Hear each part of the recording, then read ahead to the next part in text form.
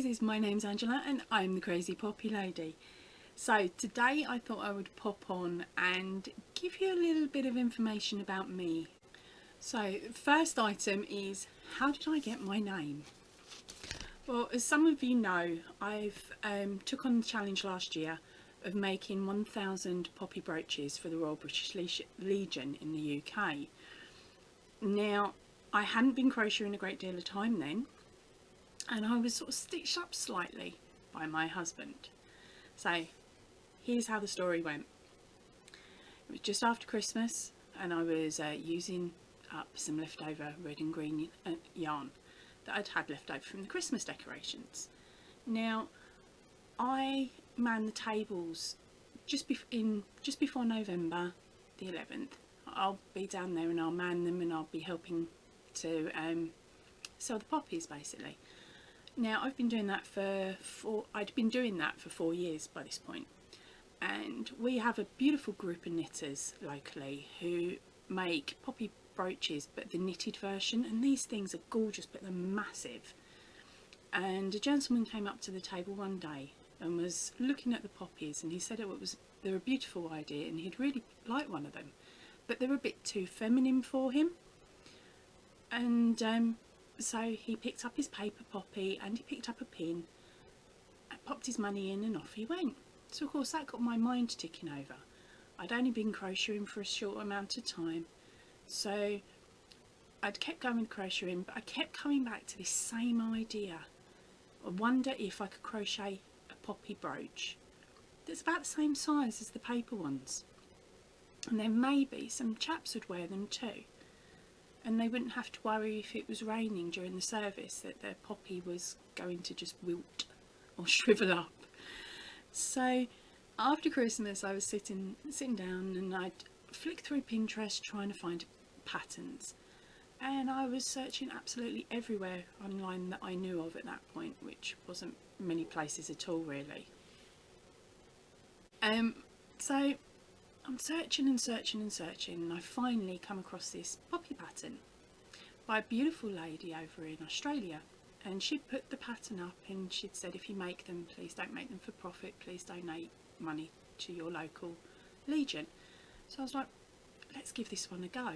Well, the poppy itself was written in English terms, and I'd only ever crocheted anything in American terms. So I've sat there and I'm like, right, I need to work this out. I need to change the pattern so that I understand it. So that's where the crazy speak comes from, that I sometimes pop in, like in my notes, maybe not on my videos, but my notes, it's a lot more shorthand than what I put on screen. So I managed to change the pattern up, and I'm sitting there and I'd crocheted about 3 or 4 before my husband came through the door at the end of work. And he looks over, he goes, what are you making?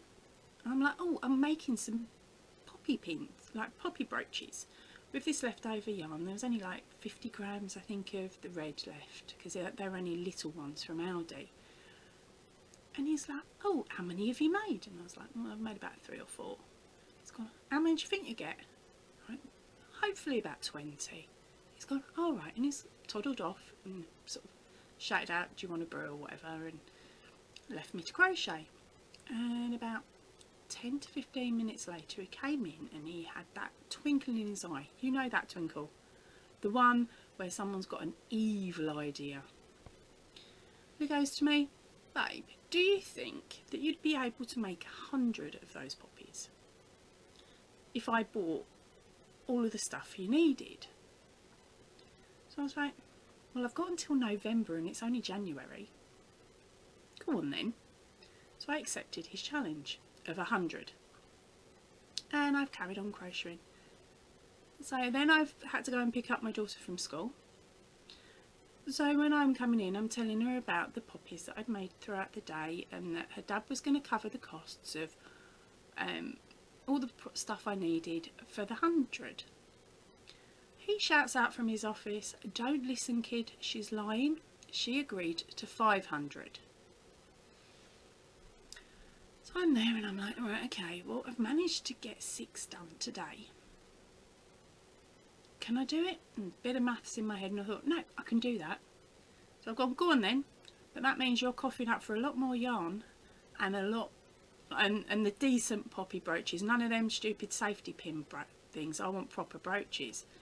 And he's gone, go on then, I'll do that. And he starts typing on his computer and he's like, right, well I've found somewhere, so I'll order them in. So of course he's managed to find somewhere where I can get the poppy brooches in bulk, but he hadn't told me that at that point. And then which way round was it? Yeah, it was my daughter. No, yeah, my daughter phones up and she's chatting away to me, and I'd said about the poppy brooches and I was laughing about how her dad had stitched me up to make 500, to which he comes into the room because she's on chat, like face-to-face chat, and he goes, she's lying, kid, she agreed to 1,000. So I'm like, oh flipping heck, I'm not a fast crocheter, I don't know if I'm going to be able to do this. Bit more maths, worked out, yep, I could do it. So I've gone, alright, fine, that means you're coughing up for 1,000 poppy brooch backs. And he's gone, yep, no worries, and the yarn. And off he's toddled laughing away. And my daughter's there and she's cracking up. She's like, Mum, he's going to keep stitching you up. You're going to have to put an end to this. And I've gone, it's alright, I've got an idea. Off you toddle, I need to get on with it. So she's popped the call, like we finished the call off, and I've taken a picture of the poppies that I'd made them look really presentable, and stuck the photo up on YouTube with the caption saying, my husband's challenged me to make 1,000. Has anyone got any leftover yarn from Christmas that they don't want to use in the red, the green and the black? I'd really appreciate it to help me keep costs down, because they're all getting donated. And I've posted it, and I thought, right, that's it, I'm fine now. So about a couple of hours later, my mum phones up and I'm telling her about how he stitched me up and how he stitched me up at each stage with each child. He walks in, he shouts out, she's lying. She said she was going to do 5,000. And my mum's there on the phone, laughing away, encouraging him, because she does that, by saying stuff like, I know she's a bit of a fibber, isn't she, and I know she could do 5,000. And I'm going, Mum, shut up. And she's cracking up down the end of this phone. And he's going, yeah. And they're teaming it and they're trying to get me to do 1,000. And I just got my tablet, showed him the post that was on Facebook and went, no, I've agreed to 1,000. So that's how the story of the challenge came up and happened. And then it sort of rolled a bit. And one of my local shops, absolutely beautiful shop it is, they collect in yarn for the local knitting group, who do a lot of charitable stuff, and they make beautiful little things like little chicks and egg holders and things for Easter and other bits and pieces, and that raises money for lots of local charities. So they collect the wool in for those ladies, and one of the ladies had sent them the link to my post. Right, well, the lady that owns the shop stuck a post up, like a reply underneath the post saying, people, you can drop your wool in here, Angela will come and pick it up from here. And I was like, thank you very much, because then that saved me having to put the crochet down to answer messages, because I'd started getting a few people saying, like, what's your address, or can you pick it up? So this way it meant when people were popping into the local high street, they could just pop into the shop and drop it in. Like, I get a message and she says, right, your first collection of wool's in. And I was like, right, I'll come and get it. So I've toddled into the shop and she's got a big fat grin on her face, and she says, right, well, one of the girls came in and handed over this bag of yarn and says, here, I'll give this to that crazy poppy lady. And that's it. When I heard the phrase, that crazy poppy lady, I just thought, well, that suits me. Because I'm crazy. Really crazy. Extremely crazy. And I make millions of poppies. So, yeah, that's how my name came to me. But the thing is, I still don't know who that lady is. To this day, she didn't want to say. She didn't want me to know, just in case it upset me. So if you are watching this, you named me, and I really appreciate it, and I love my name. Right, so a little bit more about me. I only started crocheting in October 2018. My friend had tried to teach me previously by teaching me a granny square, but because of my short-term memory issues, having her repeat it 30 times really started to wind her up, and I could see that, although she was trying, bless her, not to get wound up. So I'd put the hooks down, and we carried on drinking and having a laugh. So a few months after that, I was like, no, I want to try this. I want to see if I can do it. I don't like being beaten by a craft. So I popped to my local charity shop and managed to pick up a 3.5mm hook. And then I popped to the pound shop and I picked up 3 balls of yarn for £2. So it was like 150 grams. And I thought, well, that's only it cost me like £2.50. So I thought, well, £2.50 to give it a go and give it a go again meant that I wasn't really throwing a lot of money away. So I went on to I came onto YouTube and I flicked through and I found a video for little cute pumpkins. There we go, this is my first. I'll never get rid of these. There we go. And I found the pattern for the pumpkins, and so of course, because it was sort of coming up for Halloween, I started making those. And I think it was just a simple pumpkin pattern. I'll have to double check, and I will link the video either in the little pop-up thing up here, and it'll be in the it should be in the comment box below. So yeah, I made my pumpkin stack, and from that moment on I was hooked. I'd done my pumpkins and then I moved on to snowmen because it's one of my favourite films. So I haven't actually got a snowman to hand. I think I've got one in the cupboard. But yeah, so I think I've put pictures of the snowman up on a couple of my earlier videos. So what I'm going to do is I'm going to link to my earlier videos that show you the work that I'd done for 2019.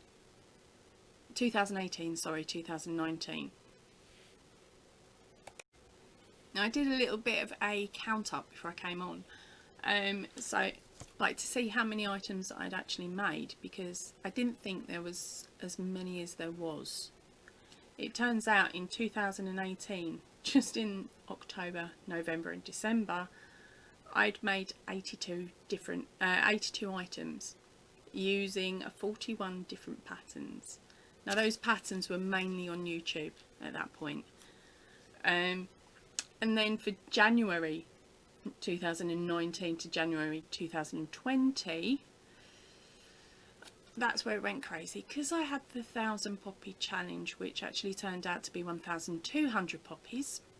Right, so for January 2019 to the end of the year, I'd made 140 different items, used 58 different patterns, and made 1,200 poppies on top of that.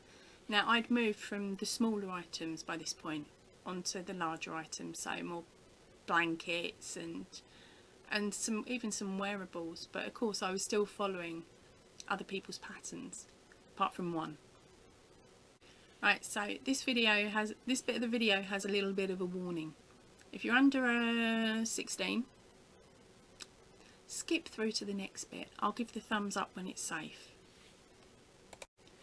Right, so this was my first pattern. Was made in, I think, February. Now by this point I'd made lots of round things because I'd made a lot of snowman heads. Now my husband had gone to get himself a brand new car, or new to us car. It wasn't brand new, it was second, but it was expensive. And it was quite a posh car for what we were used to, but he needed it because he does 180 miles a day round trip to get to and from work, so he needed something reliable. Well, he parks up his new Pride and Joy in the driveway, and I'm sitting there and I'm grinning away, and he was paying me no attention that night. He was in his office playing games and stuff. So for that night and a couple of nights I started creating. Now, you know how new cars are meant to have fairy dice? Not from this house. Not from me. I made him a set of boobies in a bra, and when it was finished I sneaked outside. Well, I nicked his keys, waited for him to go to bed, sneaked outside, and I hung the boobies in a bra onto his mirror in the car, locked it all up and came inside. Now, he had to leave at like 5:30 in the morning, so I knew he wasn't going to wake me up or anything like that. But I woke up to a message from him basically going, "Thank you very much for my boobies in a bra. I've had to take them down. They're not safe to have up. My eyes just follow them." So now his boobies in a bra sit in his office.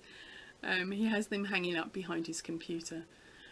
But I just thought, well, that was my first thing I'd physically created, and no, I won't be releasing the pattern because I didn't write it down. It was just an off the cuff make that, to be honest, looking at it now, it just looks like two round things with a bit of blue stuck, because I didn't have any other colour, so that extra bit had to be blue, so they were called boobies in a bra. And then the bra section was just a basic like a little basket, really, just like a basic basket with two handles that were sticking over. So it was a very, very basic pattern, but I could just imagine him standing there, sitting there in his car, driving along, going, "They need to stop, they need to stop."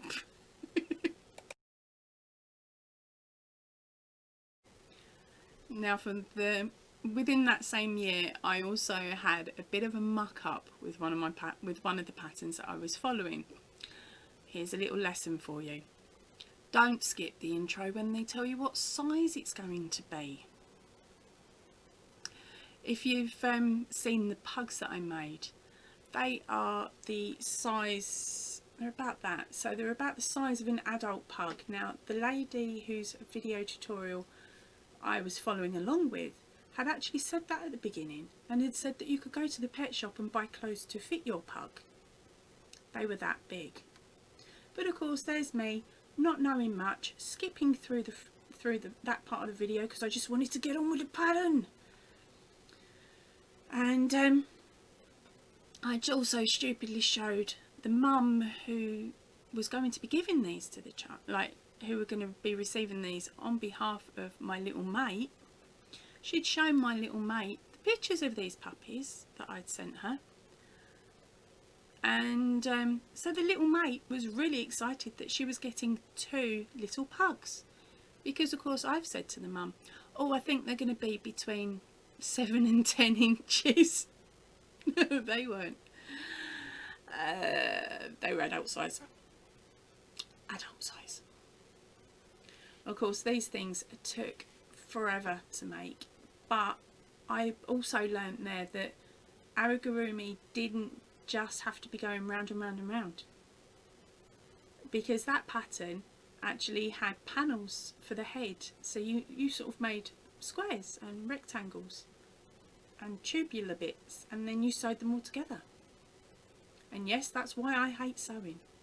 Those things took ages to finally put together, because I'm so pedantic with how things look. I want them to look like the picture, basically.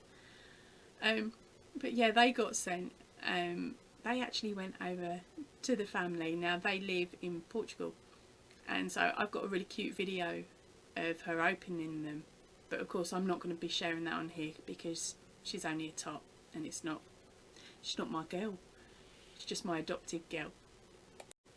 So for this year, so far it's been a bit slow for me on makes, because by this point I would have already completed my 1,000 pop. Well, I had completed the 1,000 poppies last year, but of course I've put that down due to what's going on around the place, and I didn't want to run the risk of infecting any of them. But I've now got to the point where I'm going to make them. I'm bagging them up separately, and once it's gone over 2 weeks, well, a month, I'll know that those poppies are clear of any germs and lurgy. But getting back to my totals, my total for so far this year has been 64 individual pieces with 37 different patterns, and that's not counting the part works on this. This is counted as a whole, and so's the cushions. Right, so today I was looking through some of the comments on my videos. Now I've noticed that, or I did notice that I'd missed out some of your responses to my response, if that makes sense. So like you stick a message down, I respond to you and you respond back, and I've missed some. So I'm really sorry. I'm hoping I've got to you all now. And also on top of that, I've had some disgusting people come onto the channel, and in the comment they have just left a link to an adult site. I don't want that on my channel. So if you're watching this and you post it again, I'm blocking you. That's it, you're done. You're off the channel. Right, so that's the serious bit. But what I've also done is, as I was going through everything anyway, I've changed some settings within each video. So at the moment it means that one of the settings means that I'm going to have to accept each one of your messages. I know it's a bit more work, but it means then everything's safe that's coming up, that's being put on. Another thing I've done is I've also put on subtitles. Now I really haven't had a chance to watch any of the videos yet with subtitles on, and I'm hoping the subtitles are not too wayward. I hope that's the right phrase, because I would love for everybody to be included. So that's why my subtitles are on. If you spot any subtitles that come up that are not saying what I'm saying, pop them in the comments underneath the videos so that the rest of us can have a bit of a giggle at how bad the auto wording is for them. But the other thing that got me was when I was looking through for each video, I've had to go down a list and find the subtitle in UK English. Now I am so happy I'm not from Zimbabwe, say, because that's right down the bottom and it takes forever to find them. But then on the other one, does anyone fancy learning Welsh? It could be fun. Might just do a video just for the Welsh. Right.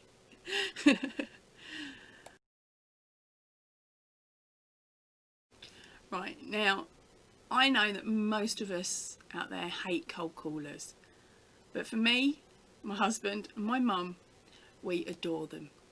We love them phoning. We love it because we like to wind them up, and we like to keep them on the line as long as possible, solely so that they are not bugging anyone else. Oh, I got one of them calls today. Oh, it was brilliant. Right, so I've got my notes because I had to write it down because it just made me chuckle so much. Right, so the phone goes. Now, the only people that phone our home phone are cold callers. No one else. So, of course, there's me and my husband running for the phone trying to get to it. I got there first. So, on this dodgy phone line comes this very strong accent. And the phrase, and she says, "Hello, this is blah blah from Sky Technical." We don't have Sky. So, of course, I know straight away this is a fake call. So I says to her, "Can you repeat that, please? This line is very vile." So she repeats it. And I go to her, "Can you repeat that again, please?